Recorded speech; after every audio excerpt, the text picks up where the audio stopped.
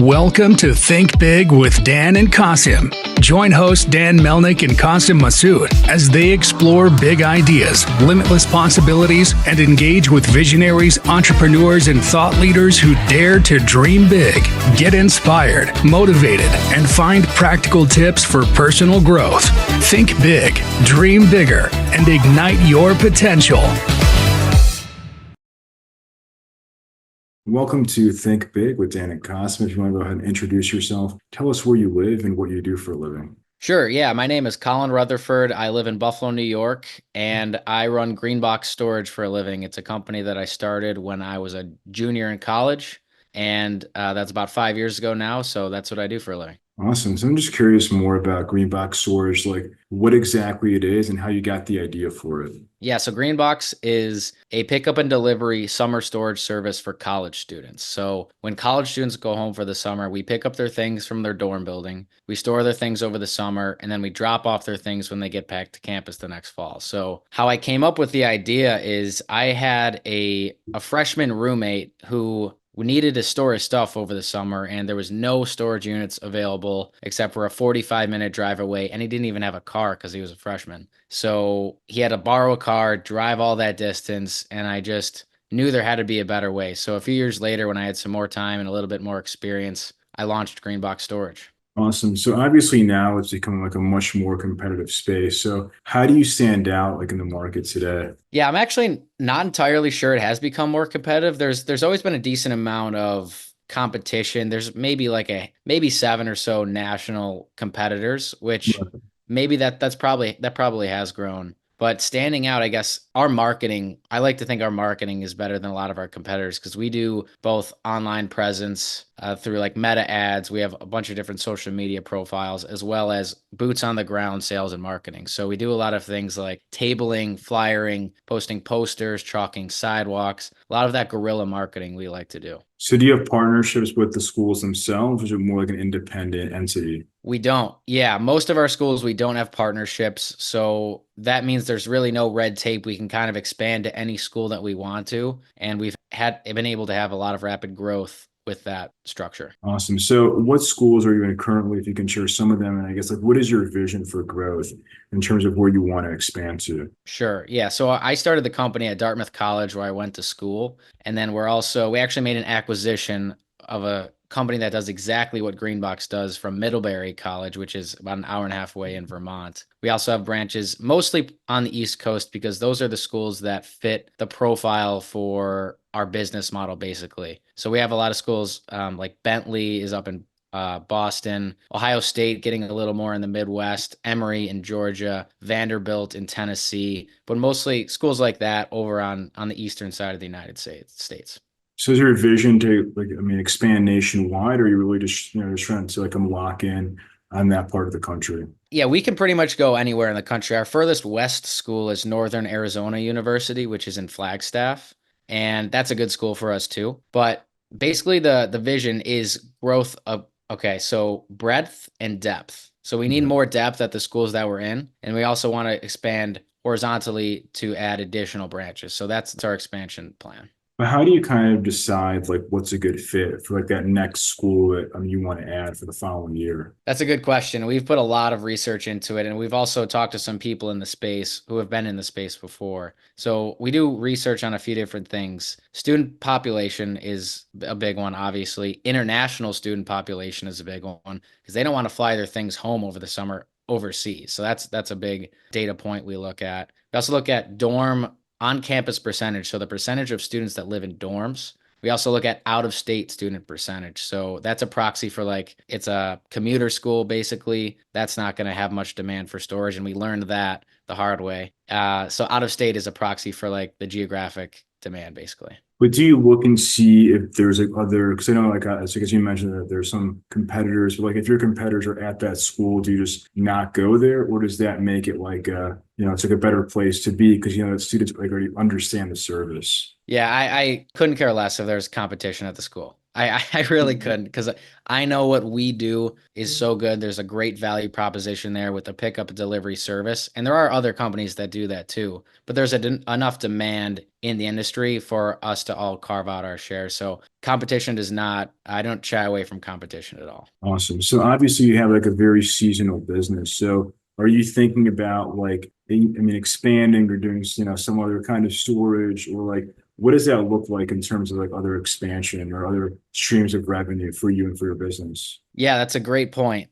And it's something that I have a strong opinion on as well. So we are going to, I'm of the opinion that you get wealthy by doing one thing extremely well. So my vision for Greenbox is to be the number one best summer storage and moving company for college students in the country. And that's all we're going to do. We're not going to do anything else. We're not going to serve normal people pickup and delivery storage. We're not going to serve we're not going to do mattress rentals or fridge rentals. We're not going to do any of that. We're just going to do summer storage for college students, and that's it. Nothing else. That's awesome. Yeah, like I think that's smart because if you just manage that one thing, like you said, like I mean, it's like the possibilities are endless because there's so many schools, not just in the U.S., but even if you go to like Canada. I mean, you have so many options in North America alone. Yeah. Where you have students that, like as you said, right, are international students or students that like move to go to school, right? Yeah. So like, how many colleges do you typically add per year? Or does it vary?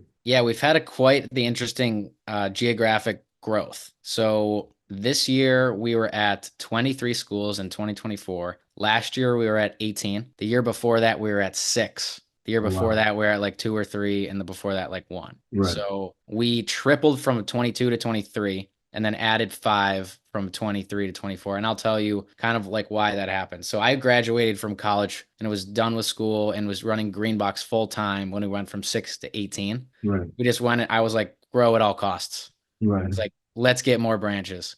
And we learned the hard way that when you take branches, not all these schools are going to be good schools. And we actually lost money at a third of the schools that we expanded to. So we axed those schools and we were a lot more selective this year. And that's why we didn't have a crazy growth year. Because we took a lot out and then a lot of new ones came in. So we went from 8 to 23 this past season.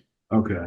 So how do you manage it, right? Because like obviously that you can't be everywhere at once. So how do you find like the right people to actually manage each location across the country? Yeah, I do. I caught myself. I think I said 8 to 23. We went from 18 to 23. So I just want to clarify. Okay. But to manage, basically we run everything remotely. So the HQ team is remote, I should say. So I actually I'm a huge advocate of hiring overseas talent. So I think actually every single one of my full-time employees is offshore. Pakistan, the Philippines, and Mexico. In addition to the HQ, we have the on-campus representatives. They're student interns. They run the operations on campus. So they do marketing throughout the spring semester, and they actually move the items from campus to storage in the spring and storage back to campus in the fall. Okay, but like, how do you have that like level of quality control, right? Because like with college students, I'm sure they can be challenging. You might have turnover. Like, how do you actually find like the right interns, you could say, for each location? Yeah, it's tough to manage part-time college student interns. I can speak from experience. Yeah, we on that expansion year from 6 to 18, we hired some students we probably shouldn't have hired because I just wanted to grow so bad, and learned the hard way that we didn't have super reliable employees. So that's another focus we went from last year to this year as well. We were more picky with our interns. So that was a big help. In terms of systems to manage them, we have campus supervisors. They're the direct report. I should say the interns report directly to the campus supervisors, and they make sure the interns are doing their weekly tasks. They're staying on their roles and responsibilities, that kind of thing. So are those supervisors also remote, or are they like physically on campus? Remote. Okay, that's cool. Yep.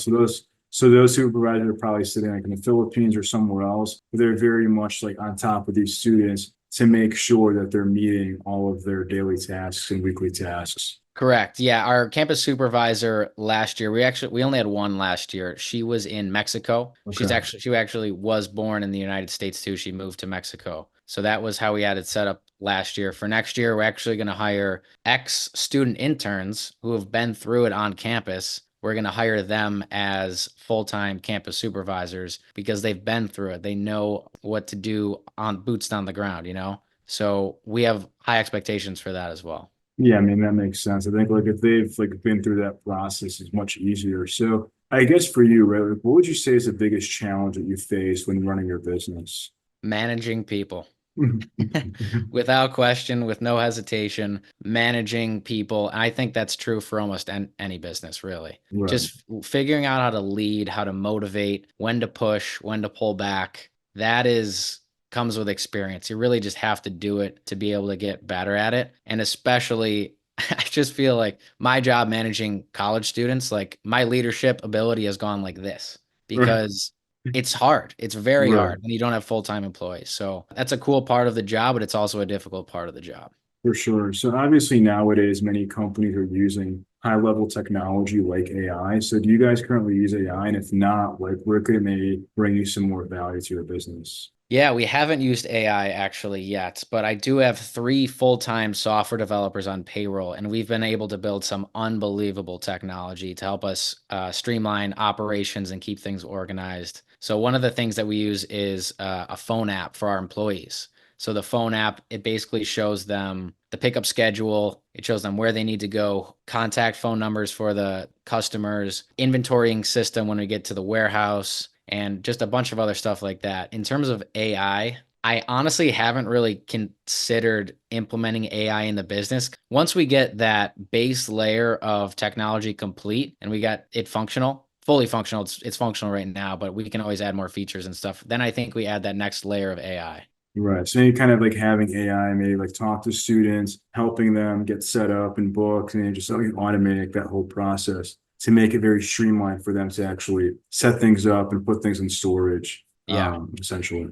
I think in addition to that, like we have a lot of the communication automation set up already, automated text, automated emails, that kind of thing.